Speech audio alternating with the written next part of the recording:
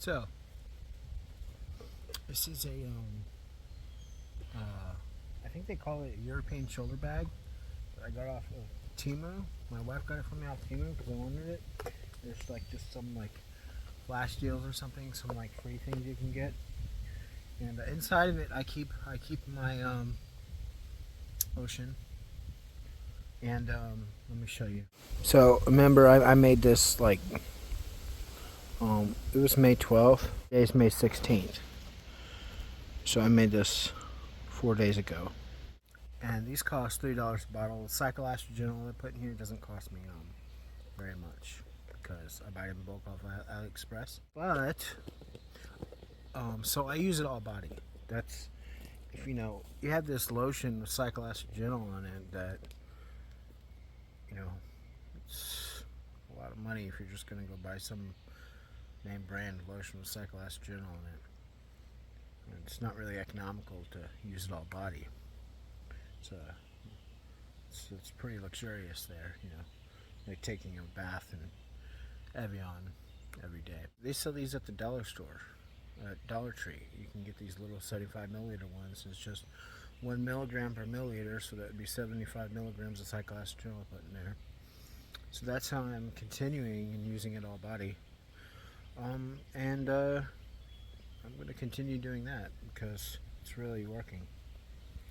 So, but I'm probably this is even itself is not really economical. I mean, if you want to spend like I guess that's economical. What's that, like 15? If you're going to buy these, put cycloastragenol in, it's like $15 a month plus the cycloastragenol cost and cycloastragenol. What I'm ultimately doing is I'm adding retinol, hyaluronic acid, aloe vera, vitamin E, aloe vera extract, vitamin E. Those are the main ones that I wanted in the lotion. If I add anything else, I may consider adding like liquid silk, maybe snail slime, maybe some antioxidants. We'll just really gonna like think about it and play around with it a little bit so I really get a formula that I really want the most. I use genetic algorithms quite a bit, just whatever's the most powerful compounds. That's what goes into it. It's really not that complicated.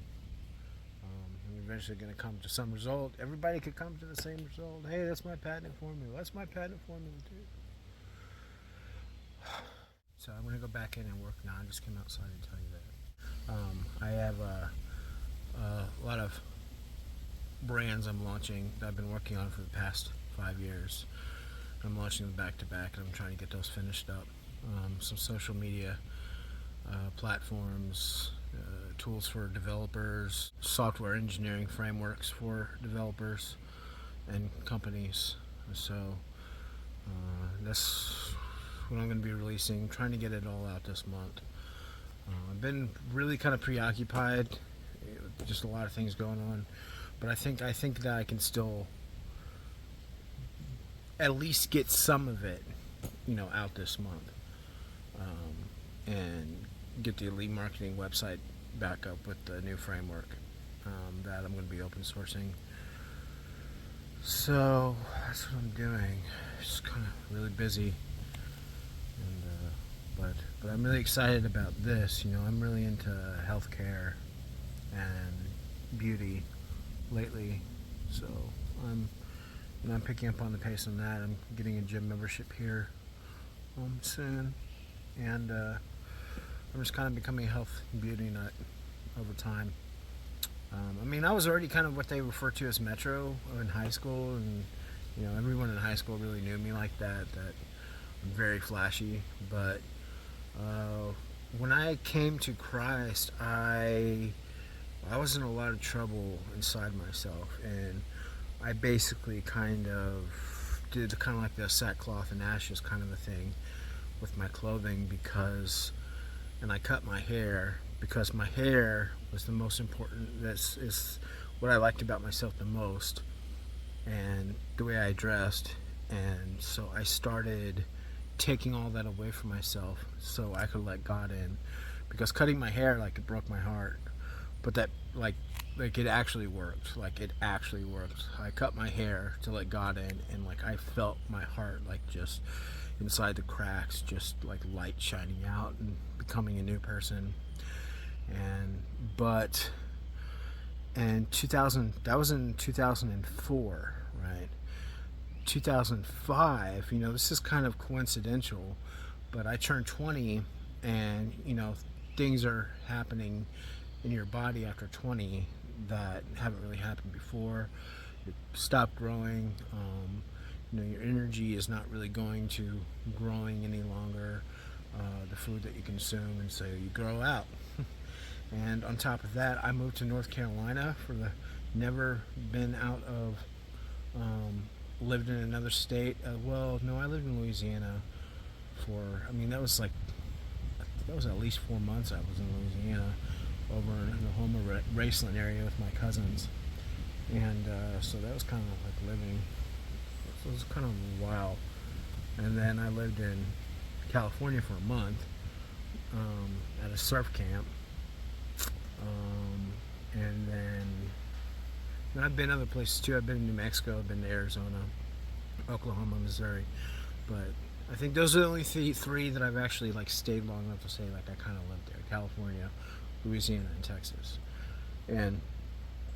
But for the most part, I had never like permanently relocated outside of Houston until 2005 when my wife came to live with me in Houston. We weren't married yet. I met her online, and because I needed new friends and I was trying to get away from drugs. Well, I need to keep my old friends, but I needed to be around people that are nothing like me. And so I went searching for a new friend in a Christian chat room, new friends, and three girls. I just went in there. I said, "Hey, if anyone wants to be my friend, here's my screen name on AOL Instant Messenger." And three girls contacted me back on AOL Instant Messenger, and I was talking to all three of them for a while. But there's Michelle. I'm not like thinking of being in a relationship. Anyway, I'm just making friends. And but she started to, as we were talking, she started to like really like fall in love with me, and I wasn't trying to get married or anything. I actually told her that we need to stop talking because I can see where this is going, and we need to develop our life first before we create one together. That's basically what I said.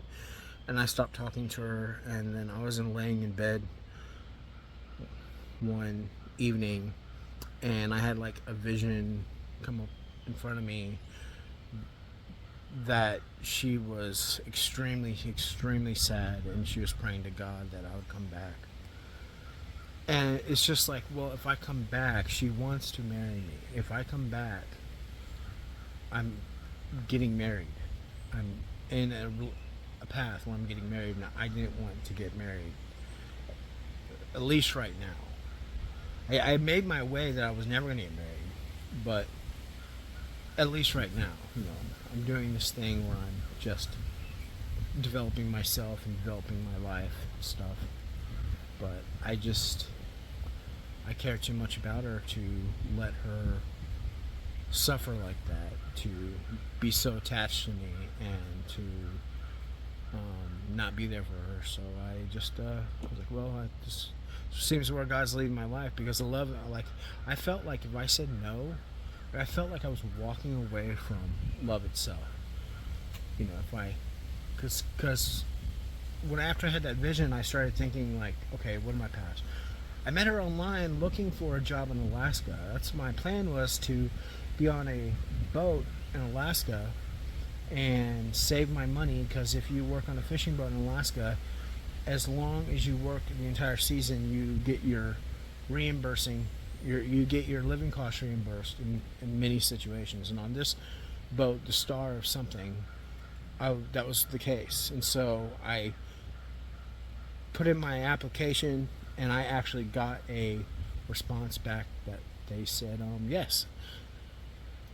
But by that time, when I got the response back, that they said yes to my application was when I decided that I was going to be there for Michelle, and I was working on getting an apartment. I got another job so I could get enough income to get into an apartment on my own. And then she came and lived with me, and she was getting homesick, like very homesick. And Houston is a very different place than uh, North Carolina. It's People are more tightly packed together. People Because people are more tightly packed together, things that go on between people socially evolve much faster. People are competing harder and correcting each other at an exponential rate compared to North Carolina. So it's not just the way people, how fast paced it is, it's the way people are. It's overwhelming, very overwhelming. I didn't really see. I didn't see. I didn't, at that point in my time, I don't really understand like how different people are than me. Still, so things are just kind of like I'm very fast paced. Like, come on, let's go. We gotta go. We gotta do this. I gotta go do this. We gotta go do this. And I'm not like really understanding why, like what the big deal is. Basically. So so it was just not working out in Houston, and she was very homesick, and I quit both jobs, threw all my stuff away because I didn't have time to sell it, skipped my lease, and I moved in with her and her dad in North Carolina. Now I'm in a different environment. We finally made it back to what I was talking about. Now I'm in a very different environment. I'm like clueless. Okay, I'm gonna have to walk 2 miles in hopes of one of 5 restaurants. One of them is gonna hire me.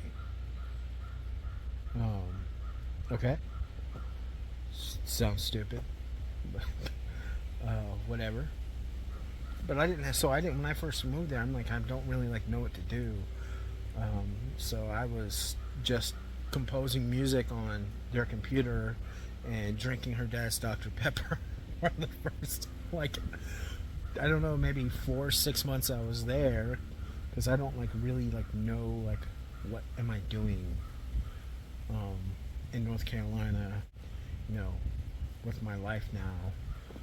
I'm just doing what she wants me to do so she can be happy. And her dad was like, I was drinking all their Dr. Pepper and icy. I didn't grow up with sodas, right? I didn't grow up with sodas. I grew up asking my dad, can I have a Diet Coke once in a while? Or had sodas when we go out to eat.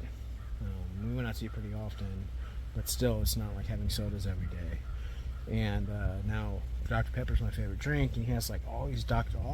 Peppers. I'm like, oh, let's have some Dr. Pepper. Another Dr. Pepper. Another Dr. Pepper, man. Just one too many Dr. Peppers. I gained 80 pounds in 3 months. And that was the first time I had ever really been morbidly obese in my life. I'm like, oh, what happened? I was 155. So 155 plus 80 is 235. Now I'm a little chunky butt, and I've never been fat in my life. I don't know how to be fat.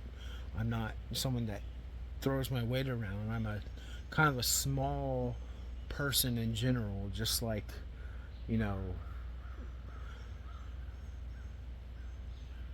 just not overbearing. And now I'm like this big guy, and I'm weird looking because I had like these long I had these long what are they called, sideburns. It looks all right if you're 155 pounds and somewhat athletic looking build, and you're flashy.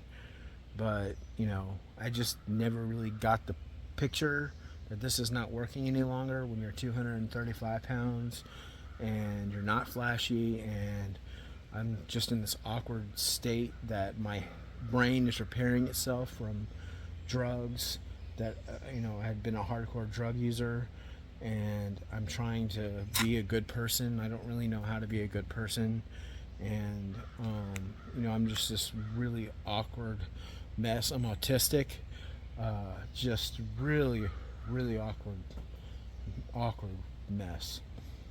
And people didn't like me. They actually thought that I was actually from this area, and they had kind of like this complex with people from their own area, that they don't want to be associated with, like, a small town, and religious people, and these overweight country people and stuff. And what's just funny is that I was a street fighter, drug addict, um, hacker as a teenager, and now I'm like, you know, this person that nobody likes in a place that I'm not familiar with.